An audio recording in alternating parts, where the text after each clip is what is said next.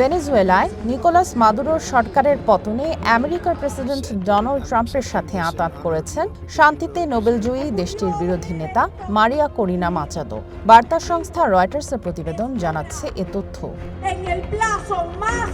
এবছরের জানুয়ারিতে Donald Trump আমেরিকার প্রেসিডেন্ট হিসেবে শপথ নেয়ার আগে তার জাতীয় নিরাপত্তা উপদেষ্টা হিসেবে নিয়োগ পেতে যাওয়া মাইক ওয়ালসের সাথে বৈঠক করে মাচাদোর প্রতিনিধি দল। ওই বৈঠকে ভেনেজুয়েলা থেকে ভিডিও কলের মাধ্যমে যুক্ত ছিলেন মাচাদো নিজেও।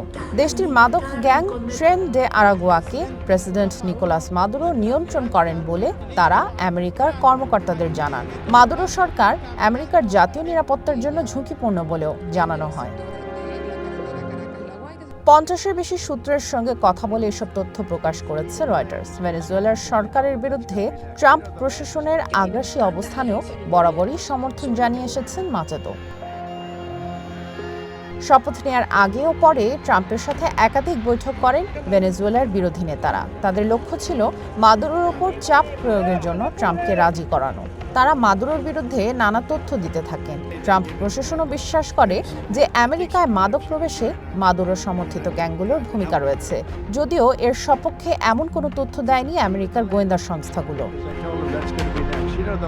পরে ভেনেজুয়েলা উপকূলে একাধিকবার মাদক বহনের দাবিতে নৌযানে হামলা চালায় আমেরিকা। যদিও মাচাদো ও তার প্রতিনিধিদের পরামর্শ বা প্রচেষ্টাতেই ট্রাম্প প্রশাসন এসব হামলা চালানোর অনুমতি দিয়েছে কিনা তা স্পষ্ট নয়। মাচাদোর এই অবস্থান নিয়ে ভেনেজুয়েলার বিরোধী শিবিরে বিভাজন দেখা দিয়েছে। ট্রাম্পের কড়া অভিবাসন নীতির ফলে ভেনেজুয়েলার হাজার হাজার নাগরিক আমেরিকা থেকে বহিষ্কৃত বা বন্দী হলেও মাচাদো এসব বিষয়ে নীরব থেকেছেন। তারা মনে করছেন মাচাদোর সমর্থনে আমেরিকার প্রশাসনের হস্তক্ষেপ সফল হলে মাচাদো ভেনেজুয়েলার ত্রাণকর্তায় পরিণত হবেন। আর যদি ব্যর্থ হন তবে তা হবে অত্যন্ত ঝুঁকিপূর্ণ। সেক্ষেত্রে নিজ দেশে রাজনৈতিক ও মানবিক সংকটের জন্য দায়ী হবেন এই বিরোধী নেতা।